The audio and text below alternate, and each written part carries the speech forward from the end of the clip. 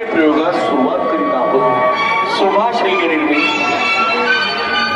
प्रकाश हेलगे लिखित, कौटुंबिक हृदयस्पर्शी समस्या प्रधान नाटक माहेराला ये ग माझ्या बहिणी, माहेराला ये ग माझ्या बहिणी, माहेराला ये ग माझ्या बहिणी. दिग्दर्शक मास्टर रमजान की या नाटकात भाग घेणारे कलाकार प्रदीप जयनाथ, गौरी एसपिया, लीलादेवी बावडेकर, मनीषा, शशिकला, सिद्धी जाधव, हेमल, रुपेश कुमार, बालकृष्ण चाबुकस्वार, सागर खिलारी, रघुनाथ ड्रायव्हर, सचिन चौगुले, गंगाराम, मास्टर जमीर कुमार, गंगू, सोनाली, डॉक्टर देसाई, जहांगीर वारगी. नाटकात सुरुवात होत आहे. शांतता राखा, शांततेचं सहकार्य करा. नाटकात सुरुवात होत आहे.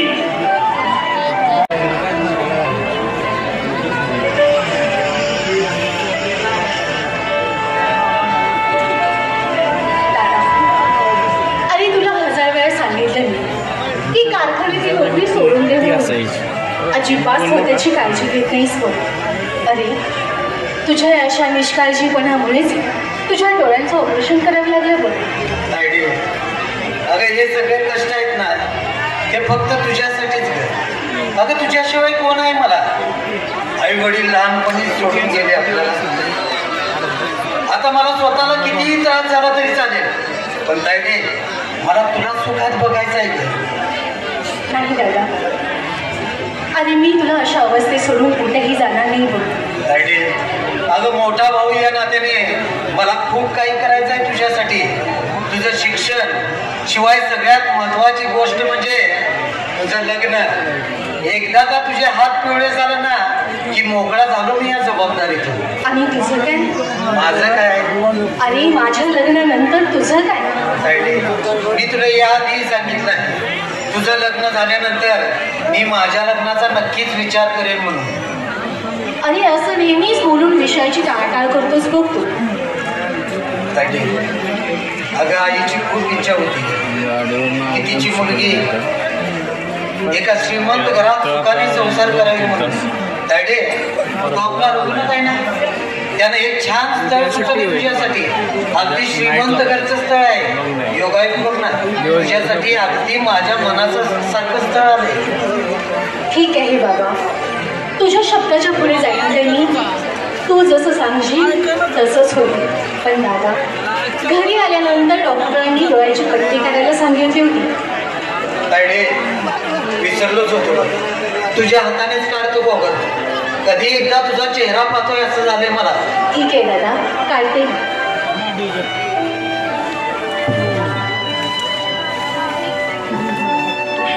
दादा आता हळूहळू डोळे उघड बघू. एकदा का तुझा चेहरा पाहिला ना, दिवस कसा आनंदात जातो बघ माझा. बहीण असावी तर माझ्या तायडीसारखी. पण तायडे लग्न झाल्यानंतर अधून मधून माहेराला एक माझ्या बहिणी. दादा खूप बडबड झाली आहे तुझी आता. तुझ्यासाठी मी चहा ठेवते. परमेश्वरा, तुझ्याकडे एकच मागणं आहे, माझ्या बहिणीला नेहमी सुखात ठेव. तुझा आशीर्वाद नेहमी तिच्या पाठीशी असू दे.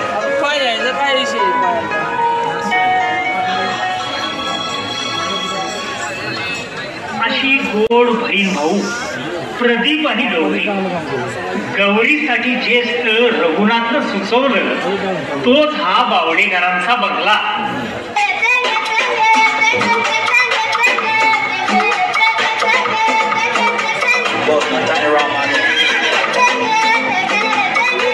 काय ते काळ इकडे झाड पोर बघल तिकडे नुसतं करत फिरायला लागले इकडे.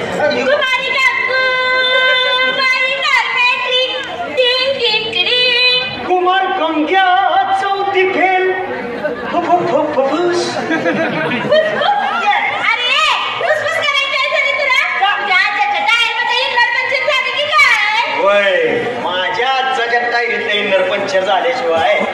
तुझ्या आजीचं पंचर काढायचं दुकान कसं चालणार? कुणाच्या आजीचं नाव घेतोय? का? माझ्या आजीचं नाव घ्यायला. माझ्या आजीच्या डाव्या पायाच्या चपलीचा वजनाचं तरी आहेच काय?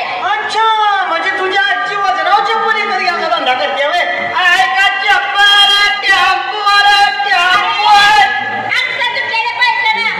कामाच्या पहिल्या दिवशी मला चपलीला ऊत घालायला लावू नकोस. अच्छा, म्हणजे गेली 4-5 दिवस येणार येणार म्हणून गाजत असलेली कामवाली तूच होय? Yes, तुम्हारी काकू. माझी नाचण्याची टिंग हे नव्हतं घे. काय? हे कमरेला काय लटकेलं? पांढरी पिशवी का मध्ये पाठवा? अरे शाळेत तुटलेले बटणं. काय? त्याला काय टपाकुटा बटणं म्हणत नाही. नाही. त्याला बेल्ट बॅग. काय म्हणते? Belt bag. मला फक्त संडासच्या दरवाजाचा बेल्ट माहिती. ही बाबा. हे असलं काय आपल्याला काय माहिती आहे?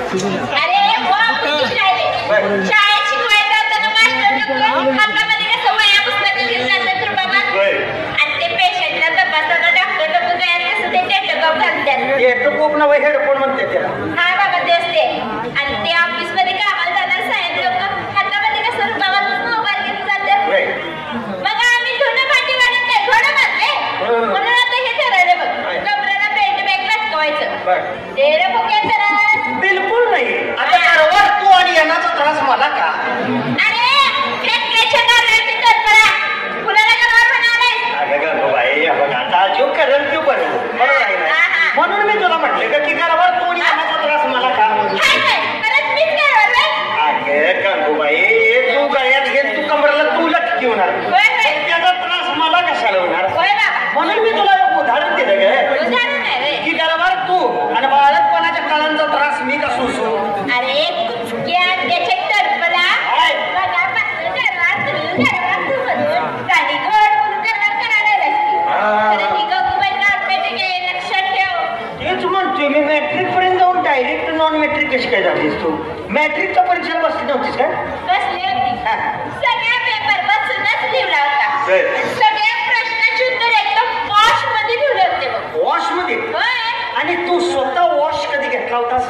अरे ते मागच्या गुरुवारी. तरीच म्हटलं एवढा फुगाड झाड वॉश करता यार. ए काय म्हणाला? काय नाही, तुला कुठले कुठले प्रश्न असते ते म्हणतो बघ. प्रश्न होय. तेच की आपल्या देशाचं नाव काय आणि 5 देवांची नावं. मग ती 2 प्रश्न तुला मी विचारतो काय? हा, हा, विचार. मला बरोबर उत्तर दे. तू हुशार आहेस का बघूया? हा, हा. हा. प्रश्न पहिला, हा. आपल्या देशाचं नाव काय? हिंदुस्तान. याला म्हणायचं सच्चा हिंदुस्थानी भारत माता की जय. प्रश्न क्रमांक 2, हा.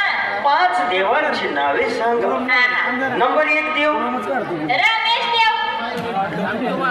कुठल्या कंपनीचा असेल? नंबर 2 अरे सनी देव.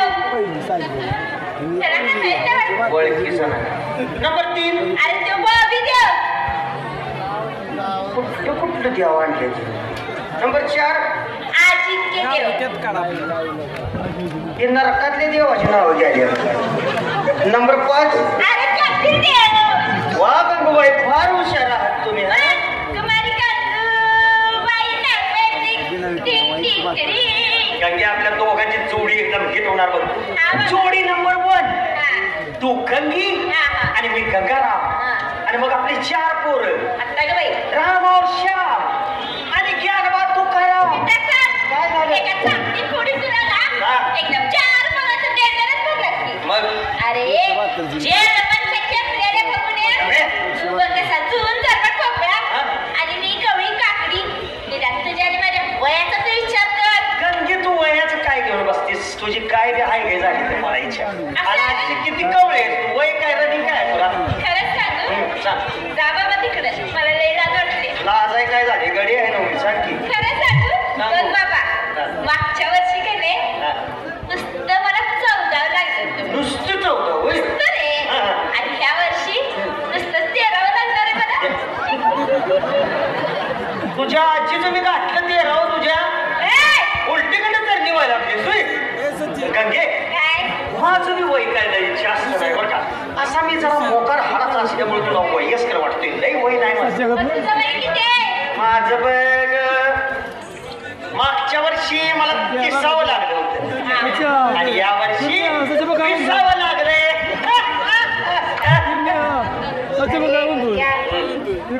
म्हणावं लागलं म्हणाला? मलाच की तुमच्या इथं कामाला लागून मला 20 वर्ष झाली असं हिला समजावून सांगत होतो. ते आणि कोण? तुम्हारी काकू बाई घर कामासाठी आली होती.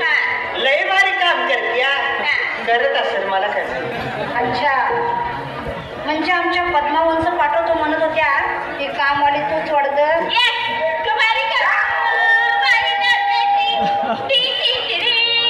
हे बघ, तुला मी इथं घर कामासाठी ठेवते, नाच कामासाठी नाही. नीट काम केलंस तर घरी कामाला ठेवेन, नाहीतर बाहेरचा रस्ता दाखवेन. कळलं? जा, आज जाऊन कामाला लाग. मालकीन बाई, मी पण तिला आज जाऊन सविस्तर कामाची माहिती देतो काय. हो हो, काय गरज नाही. तुझा का मॅडम, गाडी धुळ्यामुळे खूपच घाण झाली. मी पाईप लावून स्वच्छ करून घेऊ का? गंग्या, हो. तुला सविस्तर कामाची फार आवड आहे ना रे. होय होय. मग जा, बाहेर जाऊन गाडी सविस्तरपणे साफ करायला घे. रघुनाथला मी पाठवते 5 मिनिटात. कळलं? कळाकले की मी तुम्हाला आज त्या कामाचं सविस्तर सांगत होतो. तुम्ही माझं बाहेर स्थलांतर केलं. जातोस ना? धन्य हो. अरे रघुनाथ, नीट ड्रायव्हरची नोकरी करायचं सोडून लग्नासाठी स्थळ पाण्याचा धंदा आणि कधीपासून चालू केलायस तू? धंदा कसला घेऊन बसला मॅडम? एक दिवशी हेमंत भैया आणि त्यांच्या मित्राचं बोलणं कानावरती आलं. हेमंत भैया म्हणत होते लग्नासाठी त्यांना सरळ, साधी, शिकलेली, चारित्र्य संपन्न घरगुती वळणाची मुलगी आली. गावाकडे एक माझा बालमित्र आहे प्रदीप, त्याची लहान बहीण गौरीताई अगदी हेमंत भैयांच्या मनासारखी आहे बघा. अरे पण त्यांच्याने आमची काय बरोबर आहे का? अरे खानदानी उद्योगपती म्हणून नाव गाजते आमचं पेपरमध्ये, हे ठाऊक आहे ना तुला? हो मॅडम, मी आपलं चांगल्या भावनेने हे स्थळ सुचवलं, तरी पण माझं काही चुकलं असेल तर माफ करा मला. ठीक आहे, पण इथून पुढे जरा कामावर जास्त लक्ष देत जा. अरे पण मगाशी येताना हेमंतची गाडी आपल्या पाठोपाठच होती ना? हो, शिवाय ताईसाहेब व त्यांचे मिस्टर त्याच गाडीमध्ये आहेत. मग एवढा वेळ कसा काय लागला त्यांना? बहुतेक ट्रॉफिकमध्ये गाडी अडकली असेल त्यांची. ठीक आहे, ती मंडळी आली की त्यांना सांग मी फ्रेश व्हायला गेले म्हणून. आणि हो, काहीही लुडबुड करण्याच्या अगोदर कोणतीही गोष्ट माझ्या कानावर घालायची. कळलं? ज्याचं करावं ते म्हणते आपण. मी काय म्हणतोय ते तर नाही. तुम्ही गप्प बसाव. रघुनाथ, मम्मा कुठे आहे रे? त्या आतमध्ये फ्रेश व्हायला गेले. फ्रेश बाजूला हो. नाही का तो गंग्या फार एकटा सासूबाईंची कार साफ करायला लागलाय. आणि काय तिला तू इथे काय करतोस? मी पण तिकडे चाललोय. ओरडून कशाला बोलतोस मग एवढं? कमी करून बोल जरा. या घरात एवढ्या मोठ्या आवाजात आत गेला तू? पाहिलंस कसा ओरडला तू माझ्यावर? कसला धाकच राहिलेला याला. त्याला धाक दाखवण्यासाठी अंगात धमक असावी लागते. माझ्या मम्माच्या उद्योगधंद्यात मदत करण्यासाठी इथे बोलवलंय. आता तुम्हाला पाहिलं की लोक काय म्हणायचे ते आठवतंय की तुम्हाला? हो आठवत ना. तो बघा, बायकोचा बैल निघाला. काय म्हणजे श्रीमती लीलादेवी यांचा जावई बाळकृष्ण चाबुकस्वार निघाला आहे. आणि तुमच्या गावी तुम्हाला पाहिलं की लोक काय म्हणायचे ते आठवतंय का? हो मग चांगलंच आठवत आहे आम्हाला. ज्या वेळेस आम्ही असं रस्त्यावरून जायचो तेव्हा लोक जेव्हा आम्हाच बघायचे तेव्हा नक्कीच म्हणायचे तो बघा नीच, नालायक, हरामखोर चाललाय तिथून. शी. खबरदार, मला शी म्हणाल का? तर माझं नाव शी नाही, शशी आहे. शशिकला म्हणा मला. नाही हो, मी शीच म्हणणार. अगदी त्या शी मध्ये केवढा सुगंध आहे माहितीये. त्या शी मध्ये केवढं वजन आहे. काही जरी झालं तर मी फक्त शी म्हणणार. बंद करा तुमचं हे शी पुराण. का? दिवसभर खायचं आणि रातभर शी करत फिरायचं. याशिवाय दुसरं सवरं करायला येतं काय म्हणा तुम्हाला? सारखं सवलं कधी काय म्हणतेस ग? भजन कॉन्ट्रॅक्टर म्हणा आम्हास. कॉन्ट्रॅक्टर? डोंबल्याचं कॉन्ट्रॅक्टर का? लग्नाआधी सांगितलं मुलगा मोठा कॉन्ट्रॅक्टर आहे म्हणून. हो मग? सासरी गेल्यावर कळलं जेवणाची कॉन्ट्रॅक्ट घेतोय. माझ्या मम्माने इथे बोलवलंय म्हणून रुबाबात फिरताय थार मधून. तर तो बसला असतात हातात झारा घेऊन लाडवाच्या कळ्या पाडत. शी, आज नक्कीच तुझ्या लाडवाचा पाक बिघडलेला दिसतो. कोशिंबिरीत पाणी झालेलं दिसतंय. कांद्याची भजी करपून जाळलेली दिसत आहे. शी आज नक्की तुझं काय बिनसलंय मला नाही का सांगणार तू? मुलगी पाहून येताना भैयाला गाडीत काय म्हणाला? काय? ती गौरी माझ्यापेक्षा दिसायला देखणी आहे असं म्हणालात की नाही? छे छे असं म्हणेन का मी? अगं ती गौरी रंगाने तुझ्यापेक्षा उजळ आहे एवढंच म्हणाल मी. मुलगीचा भाऊ नुसता जेवून जा म्हणाला, लगेच जाऊन पाटावर बसलात. हो, हो. फोडणी चांगली झाली म्हणून 3 वाटी आमटी पियालात, भुरभुर करून कढी भुरकलात आणि गरम आहे म्हणून 7 भाकरीचा चुराडा केलात. शशी डार्लिंग असं कधी दुसऱ्याचं खाणं मोजू नये. का आता? दृष्ट लागते आणि मग त्यामुळे बारसं धरत नाही अंगावर. अक्षरशः माझी सुटलेली डेअरी बघा. असू दे थोडीशीच आहे. दिवळीत बसवलं तर अगदी कानोबा म्हणून शोभाल. शशे एवढा वेळ कसा काय लागला तुम्हाला? आणि हेमंत कुठं आहे? अगं हाय बाहेर, धुळीने माखलेली गाडी गंग्याकडून साफ करून घेतोय. छान. खेडे गावात ताड वळणाचं स्थळ पाहायला गेल्यावर अंगावर कशी धूळ उडते ना ते चांगलं कळू दे त्याला. शशी डार्लिंग मी पण आतमध्ये जाऊन फ्रेश होतो. अगं थोरड्यामुळं माझंही अंग कसं आंबलेल्या म्हटल्यासारखं आंबून गेले, तेव्हा मी पण आतमध्ये जाऊन फ्रेश होतो. लवकर या बाथरूम मधून बाहेर, का बरे? नाही तिथे पण बसाल काहीतरी चरत. काहीतरीच काय तर. जावं. मम्मा अगं कसलं ग ते जुनाट गाव. त्या भावा बहिणीचं घर पण अगदी जुनाट, घरात एक फर्निचर सुद्धा नाही. अगं मुंबईच्या आमदारांचं केवढं मोठं स्थळ सांगून आलं होतं याला. नाहीतर काय. शिवाय मुलगी मुंबईच्या कॉलेजमध्ये शिकलेली, मॉडेल विचारायची आणि आमदारांचं अमेरिकेत फ्लॅट आहे म्हणे. पुढच्या वर्षी अमेरिकेच्या टूरला जाऊ असं आमदाराचं मिसेस परवाच नाही का म्हणाले आपल्याला. अगं पण हे केव्हा आमदारांची मुलगी हेमुने पसंत केली तर? अगं आई मी तर केव्हाच पसंत केलाय तिला. काय? हो. म्हणजे हेमू आमदारांची स्वीटी पसंत आहे तुला? वा वा वा. हेमंत अरे आमदारांच्या स्वीटीला पसंत करून नाव काढलं तुझ्या भाऊजीचं. अरे म्हणजे बाळकृष्ण चाबूक स्वराचं मेवना असावा तर असा. भाऊजी अहो मी काय आमदारांच्या मुलगीला पसंत केलं नाही, मग आज पाहून आलेल्या गौरीला पसंत केलाय मी. हो. हेमंत अरे आमदारांची मुलगी एकदा बघून तर घे. अगदी अगदी बरोबर हेमंत. अरे अगदी स्वीटिश आहे पण ती स्वीटी जणू काय पाकात बोललेलं गुलाबजामुनच ते. विषय संपला, लावा ताकद हॅशटॅग काळेकृत्य गुलाबजामुन. भाऊजी अहो गोडाच्या पटपट गरम होत शिकतात हे डोंगळे आणि गोड पदार्थाच्या अवतीभोवती गोड बघवतात मासे. अहो बघा जास्त गोड घरी आणायच कशाला? बरोबर की चूक? हां बहुतेक बरोबर. विषय संपला, लावा ताकद टाक्यात लावून. छान निर्णय घेतलाच आहे मग. पण तुझ्या निर्णयासाठी मी फक्त एवढंच म्हणेन, जंगलात वाघाचा दरार असतो जोरात. जंगलात वाघाचा दरार असतो जोरात आणि तू गौरीला पसंत करून आमच्या सगळ्यांची काढलीस वरात. तुम्ही गप्प बसावं. स्वीटी हेमू स्वीटी अगदी मॉडेल आहे बघ. ताई मॉडेल बरोबर लग्न करून मला माझ्या संसाराची जाहिरात कंपनी काढायची नाही. संसार करण्यासाठी गौरीसारखी गृहिणीच हवी. आई अरे पण काय पाहिजे त्या गौरीमध्ये? लग्न करेल तर गौरीशीच, अन्यथा हा जन्म अविवाहित राहील. हे म्हणतं माझा निर्णय ठरला आहे आणि मी एकदा घेतलेला निर्णय बदलत असतो. That's all. बघितलंस मम्मा, लग्नाआधी कशी भुरळ घातल्या ते गौरीनं. नाहीतर काय. आणि लग्न झाल्यानंतर ती गौरी हेमंत ठेवली आपल्या मुठीत आणि मग सारी स्टील घेईल आपल्या हातात. मग मम्मीच्या जन्माचं होईल मातेर आणि माझ्या आयुष्याचं होईल. पोतेर. ते तुमच्यासोबत लग्न करून ऑलरेडी झालेलंच आहे. शशे अगं तू कशाला काळजी करतेस? मी अजून जिवंत आहे. या इस्टेटीवर तुझा सुद्धा अर्धा हक्क आहे, हे विसरू नकोस. अगं मम्मा तू काळजीनी आहेस ग, पण तू बघतेस ना हेमंतला हे किती कामात मदत करतात, किती राबतात.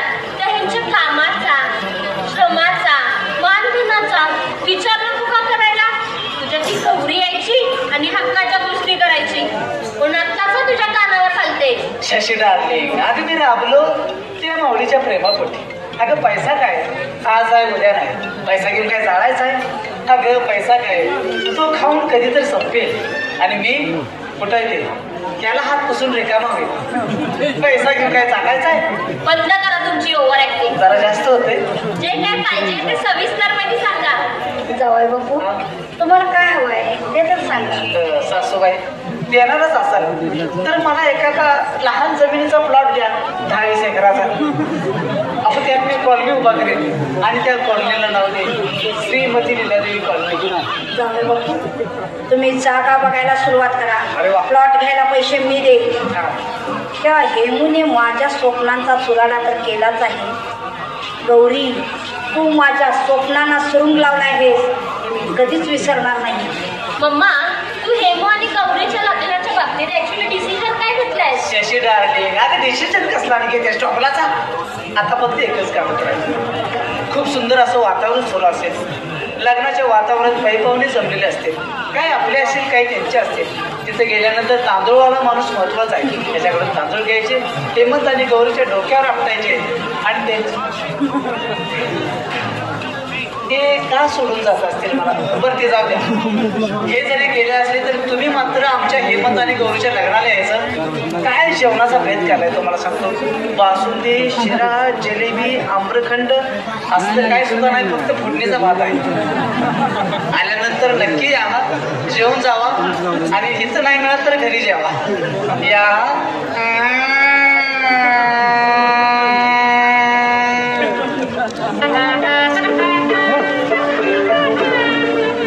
हेमंत आणि गौरीचं लग्न प्रदीपच्या गावी थाटामाटात पार पडलं. त्यावेळेचा हा प्रसंग.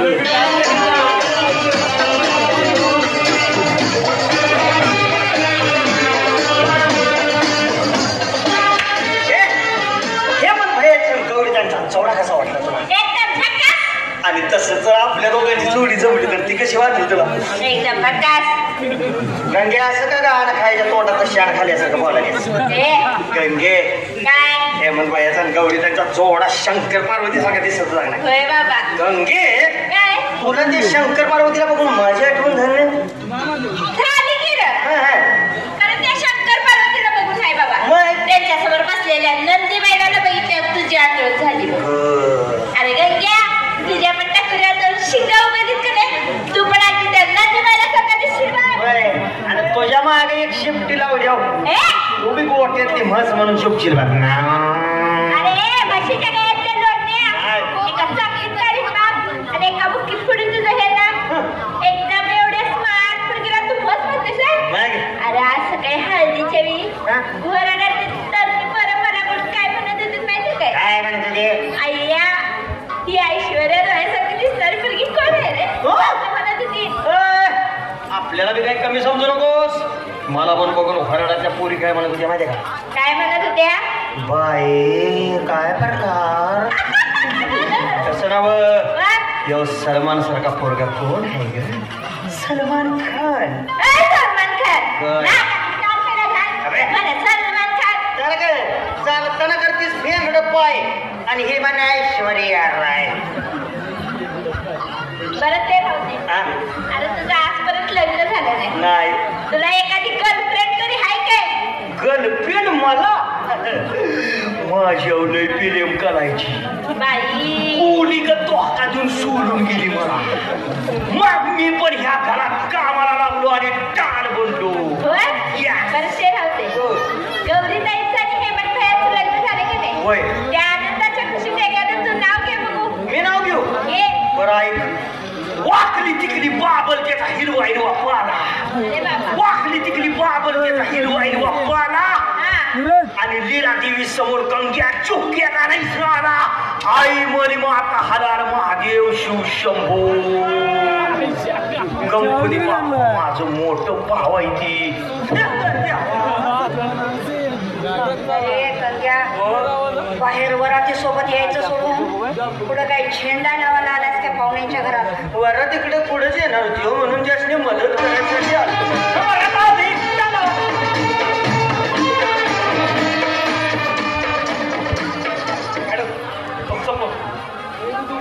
रघुनाथ, तुझ्या बहिणीचं सुद्धा लग्न ठरलंय म्हणे. पैशांची जमवाजमव करावी लागेल ना? मॅडम, आम्ही गरीब माणसं, लग्न अगदी साध्या पद्धतीनं करावं म्हणते बहिणी. मुळीच नाही. म्हणजे हे घे, 50,000 असतील. अहो पण मॅडम, अरे ठेव रे, अजून खूप दे. मॅडम खूप उपकार झाले हो तुमचे. अरे असू दे, असू दे. मी जे काम सांगेन ते फक्त प्रामाणिकपणे पार पाड म्हणजे झाले. मॅडम कसलं काम मी नाही समजलं. वेळ आल्यावर सांगेन मी सगळं. मम्मा तू इकडेच आणि मी बाहेर तुला वरातीमध्ये शोधत होतो. रघुनाथ तुझा चेहरा कसा गोंधळल्यासारखा दिसतोय? शेषे अगं त्याच्या बहिणीचं सुद्धा लग्न ठरले ना, म्हणून त्याला 4 गोष्टी समजावून सांगत होते. मॅडम वारत आलीच बरं, मी आलो सर. मम्मा तू रघुला चांगलंच घोळात घेतलेला दिसतेस. अगं मग लीलादेवी बावडेकर म्हणतात आम्हाला. ओ तू लीला आणि मी तशी कला. शेषे अगं पण जावे बापू नको सोडणार. अगं बाहेर वरातीत जनरेटरच्या गाडीत झोपवले त्यांना. काय दुपारी पंक्तीत खूप म्हणून चरचर चालले आणि नाचू नका म्हटलं तरी वरातीत नाचायला गेले आणि आता लागले पोटा दुखते करायला. ताईसाहेब आईसाहेब तुम्ही? हो, बाहेरच्या त्या वरातीच्या गोंधळानं डोकं दुखायला लागले माझं.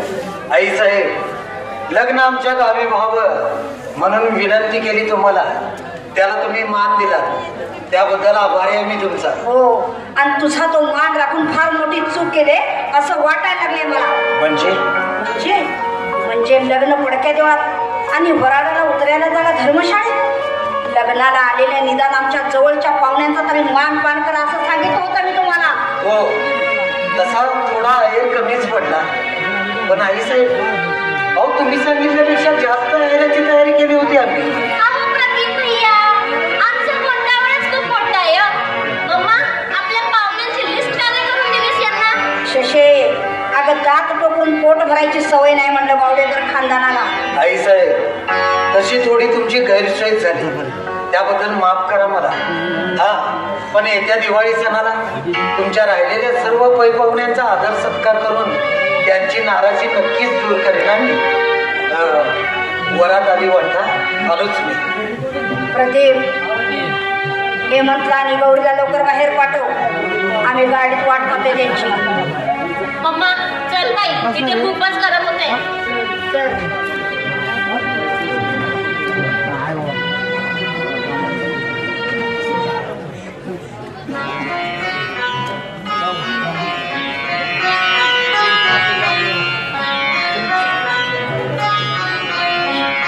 दादा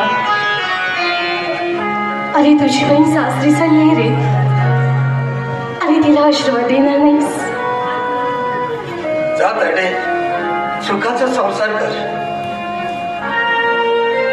अरे दादा, अरे माझ्याकडे एकदा बघ रे, अरे तुझा प्रेमळ चेहरा मला डोळे भरून पाहू दे दादा. जा ताडे जा, लहानपणापासून खूप त्रास दिलाय तुम्हाला. दादा मला ड्रेस पाहिजे, दादा मला पुस्तकं पाहिजे, दादा मला चॉकलेट पाहिजे, दादा मला हे दे, दादा मला ते दे, सारखं दादा दादा दादा करून खूप त्रास दिला असतो मला. सकाळी उठल्यानंतर मला प्रथम तुझा चेहरा पाहायची सवय लागली का? तू गेल्यानंतर मी कुणाचं तोंड पाहू ताडे, कुणाचं तोंड पाहू? अरे रडू नकोस रे दादा, माझ्याकडे बघायचं नसेल तर राहू दे. अरे तुझं मुखाचं दर्शन नाही घेत जाईल रे मी.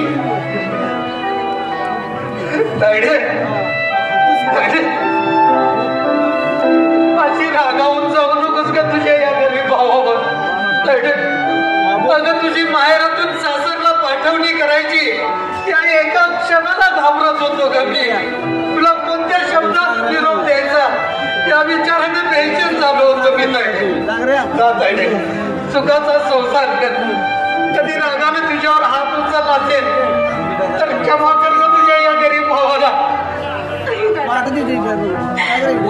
अरे समोरून सासरी जाणारी माझी बोट घट्ट करू नकोस रे दादा.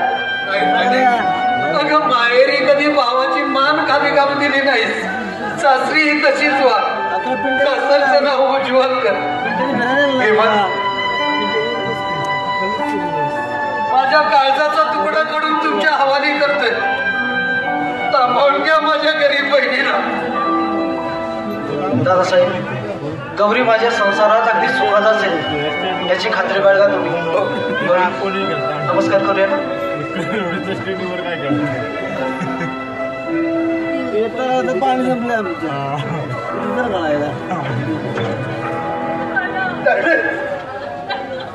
हेमंतने हे लग्न लीलादेवीच्या मनाविरुद्ध केलं. मग हळूहळू लीलादेवीने गौरीच्या विरोधात कट कारस्थान करण्यास सुरुवात केली व त्यानंतर